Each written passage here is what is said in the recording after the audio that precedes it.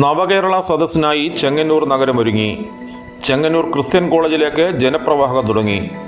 മുഖ്യമന്ത്രിയും മന്ത്രിമാരും ഉൾപ്പെടെ എത്തുന്ന നവകേരള സദസ്സിനായി ചെങ്ങന്നൂർ ക്രിസ്ത്യൻ കോളേജ് ഗ്രൗണ്ടിൽ വിപുലമായ ഒരുക്കങ്ങളാണ് പൂർത്തിയായത്. ഉച്ചകഴിഞ്ഞ് 2-ന് ആരംഭിക്കുന്ന പരിപാടികൾക്കായി രാവിലെ തന്നെ സ്ത്രീകളുടെ വലിയ പ്രവാഹമാണ് എത്തിത്തുടങ്ങിയത്. സുരക്ഷാ ക്രമീകരണങ്ങൾ വിലയിരുത്തുന്നതിനായി പോലീസ് ഉന്നത ഉദ്യോഗസ്ഥരുടെ സംഘം ഇവിടെ എത്തിയിട്ടുണ്ട്. ഉച്ചകഴിഞ്ഞ് 2-ന് കരിന്തലക്കുട്ട് അവതരിപ്പിക്കുന്ന സംഗീത പരിപാടിയോടെയാണ് നവകേരള സദസ്സിന് തുടക്കമാകുന്നത്. 2000-ഓളം പേർ പ്രത്യേക ക്ഷണിതാക്കളായി എത്തുന്ന സദസ്സിൽ 40,000-ഓളം പേർ എത്തുമെന്നാണ് സംഘാടകർ പ്രതീക്ഷിക്കുന്നത്. ഇതിനായി കൂറ്റൻ പന്തലും ഇരിപ്പിടങ്ങളും ക്രമീകരിച്ചിട്ടുണ്ട്.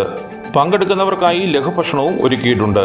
പരാതികളും അപേക്ഷകളും നൽകുന്നതിനായി പ്രത്യേകം 20 കൗണ്ടറുകളാണ് സജ്ജീകരിച്ചിരിക്കുന്നത്. സ്ത്രീകൾക്കും ഭിന്നശേഷിക്കാർക്കും പ്രത്യേക കൗണ്ടറുകളും തയ്യാറാക്കിയിട്ടുണ്ട്. ഉച്ചയ്ക്ക് 2 മണി മുതൽ നഗരത്തിൽ ഗതാഗത നിയന്ത്രണവും ഏർപ്പെടുത്തി.